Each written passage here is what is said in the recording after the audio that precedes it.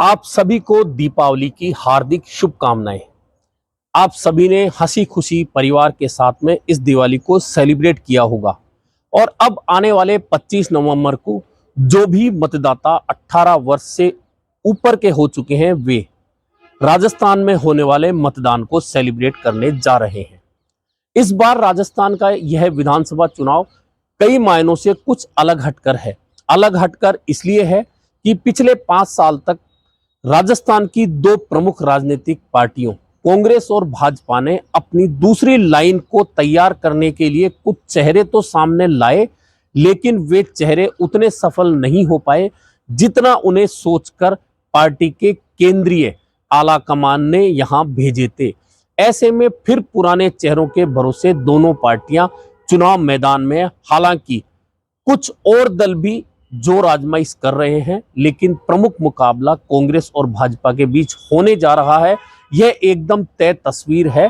लेकिन कुछ छोटे दल, जिसमें माने कि इस बार हनुमान बेनीवाल चंद्रशेखर रावण के साथ गठबंधन करके कुछ सीटों पर खेल बिगाड़ने का प्रयास कर रहे हैं। कुछ सीटें वे जीत भी सकते हैं, लेकिन खेल बिगाड़ने की स्थिति ज्यादा होगी। बसपा भी 190 से ज्यादा सीटों पर चुनाव लड़ रही है, लेकिन उसकी उपस्थिति कुछ सीटों तक सीमित होती दिख रही है। ऐसे में मुख्य मुकाबला राजस्थान में कांग्रेस और भाजपा के बीच भी होगा। यह तो पूरे राजस्थान का परिदृश्य है, लेकिन जहां तक राजधानी जयपुर की बात करें तो इस बार राजधानी जयपुर में भी मुकाबला कुछ अलग हटकर होता दिख रहा है। खास तौर पर चार दीवारी की 4 सीटों की आज हम बात कर सकते हैं। इन सीटों में आप किशनपोल बाजार ले सकते हैं, इन सीटों में आप हवा महल विधानसभा क्षेत्र ले सकते हैं, इन सीटों में आप आदर्श नगर विधानसभा क्षेत्र ले सकते हैं, और इसी से जुड़ा हुआ है सिविल लाइन विधानसभा क्षेत्र, जिसकी बात हम आज कर सकते हैं। इन चारों ही सीटों की बात करें तो कांग्रेस ने तो 3 सीटों पर पुराने चेहरे यानी सिविल लाइन से प्रताप सिंह खाचरियावास, किशनपोल से अमीन कागजी और आदर्श नगर से एक बार फिर रफीक खान को ही मैदान में उतारा है। वहीं कांग्रेस ने हवा महल में मंत्री महेश जोशी का टिकट काटकर इस बार कार्यकर्ता के तौर पर बहुत लंबे समय तक जयपुर में काम करने वाले जिला कांग्रेस के अध्यक्ष आर तिवारी को उम्मीदवार बनाया है। वहीं भाजपा ने जयपुर में अधिकांश सीटों पर प्रत्याशी बदले हैं। ऐसे में इन चारों सीटों पर भी भाजपा इस बार नए उम्मीदवार लेकर आई है। सिविल लाइन में भाजपा ने गोपाल शर्मा को उम्मीदवार बनाया है, किशनपोल में चंद्रमोहन बटवाड़ा उम्मीदवार हैं, आदर्श नगर में रफीक खान के सामने रवि नैयर उम्मीदवार हैं, और हवा महल में बाल मुकुंदाचार्य को भाजपा ने उम्मीदवार बनाया। यानी कि चारों ही पहली बार विधानसभा चुनाव लड़ने जा रहे हैं। और जितने पुराने चेहरे भाजपा में इंतजार कर रहे थे, उन सभी को अभी भी इंतजार करना पड़ेगा, क्योंकि उन्हें टिकट नहीं मिला है। ऐसे में मुकाबला ज्यादा रोचक हो गया है। दरअसल इन चारों सीटों का स्वभाव समझना बहुत जरूरी है। दरअसल किशनपोल, हवा महल, आदर्श नगर पूरी तरह से तो नहीं, लेकिन मुस्लिम बाहुल्य सीटें हैं, और मुस्लिम मतदाता यदि बहुमत के साथ में बहुसंख्यक होकर मतदान करते हैं तो उसका परिणाम अलग होता है, और यदि इनका मत प्रतिशत कम होता है तो परिणाम बदल जाता है। ऐसे में बहुत सारे लोगों का यह सवाल है कि क्या भाजपा इन सीटों पर ध्रुवीकरण के लिए आगे बढ़ेगी, और यही कारण है कि हवा महल में हाथों से लाकर बाल मुकुंदाचार्य को टिकट दिया है, जबकि लोकल स्तर पर बहुत सारे ऐसे चेहरे थे जो भाजपा के टिकट की उम्मीद लगाए बैठे थे। लोगों को भी उम्मीद थी कि उन्हीं में से किसी को टिकट मिलेगा, लेकिन उनमें से किसी को टिकट नहीं मिला। अब इन 4 सीटों की जोर आजमाइश में कहा जा रहा है कि भाजपा प्रधानमंत्री नरेंद्र मोदी का शो कराना चाहती है, रोड शो कराना चाहती है, ताकि ध्रुवीकरण हो हिंदू मतों का। वहीं योगी आदित्यनाथ उत्तर प्रदेश के मुख्यमंत्री है, उनको लाने की भी योजना बन रही है।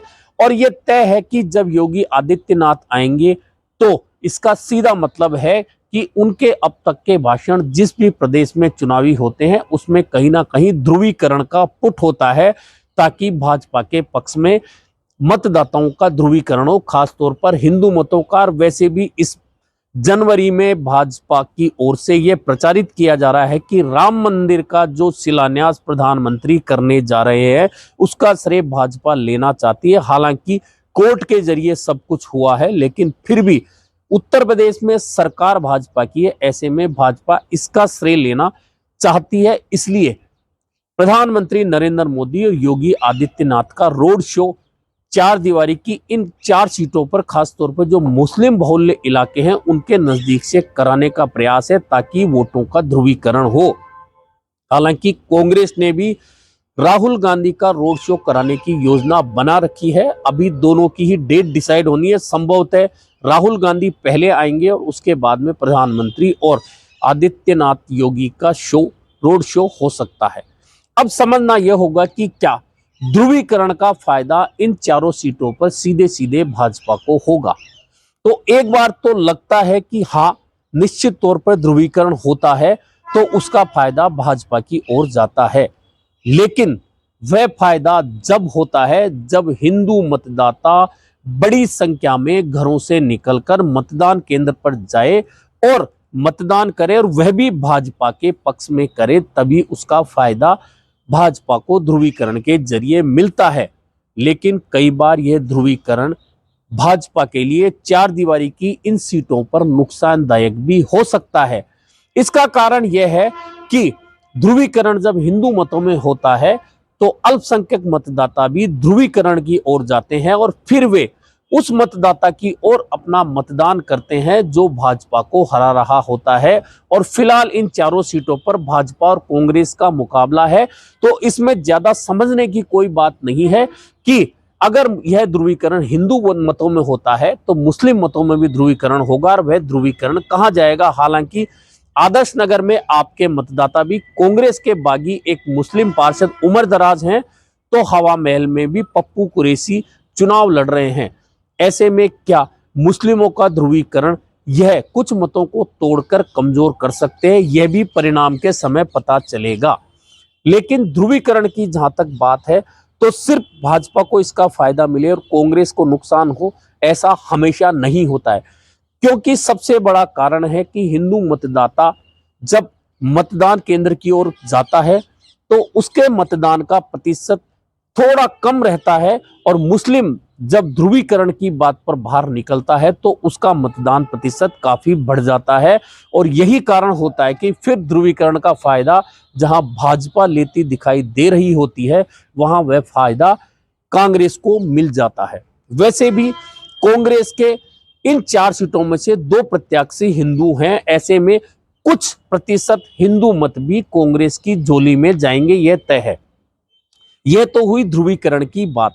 लेकिन अब एक बात और की जाए, मतदाताओं के बीच में दोनों पार्टियों के उम्मीदवारों को लेकर क्या स्थिति है। तो सबसे पहले सिविल लाइन की हम बात करें तो प्रताप सिंह खाचरियावास जयपुर में वो चेहरा है, जाना पहचाना चेहरा है, जो बनी पार्क विधानसभा क्षेत्र से निर्दलीय के तौर पर पहली बार मैदान में आए और 3 विधानसभा चुनाव उन्होंने निर्दलीय लड़े। उसके बाद लोकसभा का चुनाव कांग्रेस के टिकट पर लड़ा, हार गए। बाद में वे विधायक बने कांग्रेस के टिकट पर सिविल लाइन से, फिर हार गए, फिर विधायक बने और अब फिर वो मैदान में, यानी कि उनके बीच में, मतदाताओं के बीच में वे जाएंगे तो सिविल लाइन में उनको पहचान का कोई संकट नहीं है।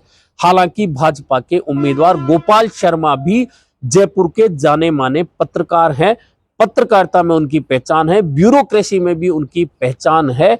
भाजपा के लोग भी बहुत सारे उनको जानते हैं, लेकिन आम मतदाता उनको कितना पहचानता है यह एक प्रश्न चिन्ह है, जो परिणाम के समय पता चलेगा कि गोपाल शर्मा प्रताप सिंह खाचरियावास के मुकाबले अपनी पहचान कितनी अंदर तक मतदाताओं तक ले जा सके। इस पर बहुत सारे मतदाताओं का मत पड़ने वाला है। ऐसे में सिविल लाइन में यह बात बहुत ज्यादा घर करने वाली है कि आखिरकार प्रताप सिंह कितने लोगों को जानते हैं, प्रताप सिंह को कितने लोग सिविल लाइन में जानते हैं और गोपाल शर्मा को कितने लोग जानते हैं। और वैसे भी गोपाल शर्मा सांगानेर से तैयारी कर रहे थे, वहां से टिकट के दावेदार थे, लेकिन वहां उन्हें टिकट नहीं मिला और वे अब सिविल लाइन से भाजपा के उम्मीदवार हैं।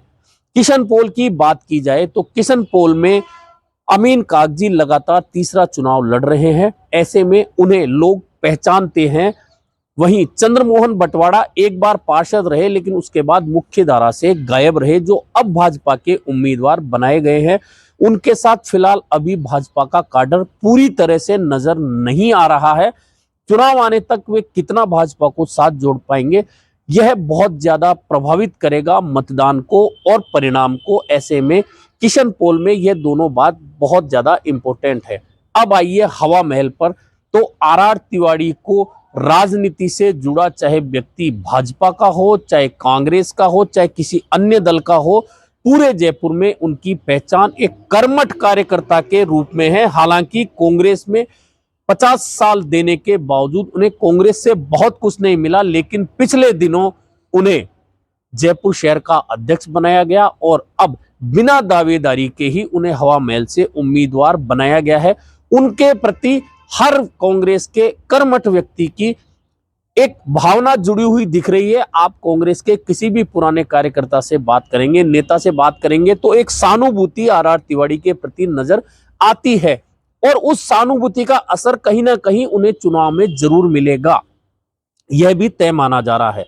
जहां तक भाजपा के उम्मीदवार बाल मुकुंदाचार्य हैं, वे राजनीतिक रूप से तो बहुत बड़ा चेहरा नहीं है, लेकिन हाथोस धाम में वे महंत हैं और अब पिछले लगभग 6 महीने से अचानक उन्होंने जयपुर में सक्रियता दिखाई और भाजपा में वे कभी शामिल तो नहीं हुए, लेकिन हिंदू मंचों पे वे नजर आए, हिंदू कार्यक्रमों में नजर आते थे और अब वे अचानक हवा महल से भाजपा के उम्मीदवार बने हैं। ऐसे में भाजपा के आम काडर और नेता उन्हें कितना साथ देंगे और जनता उन्हें कितना साथ देगी, यह बहुत महत्वपूर्ण होगा, क्योंकि पहचान के मामले में आर तिवारी हवा महल में कहीं ना कहीं बाल मुकुंदाचार्य से थोड़ा सा तो ज्यादा लोगों के बीच में पहुंचे हुए हैं।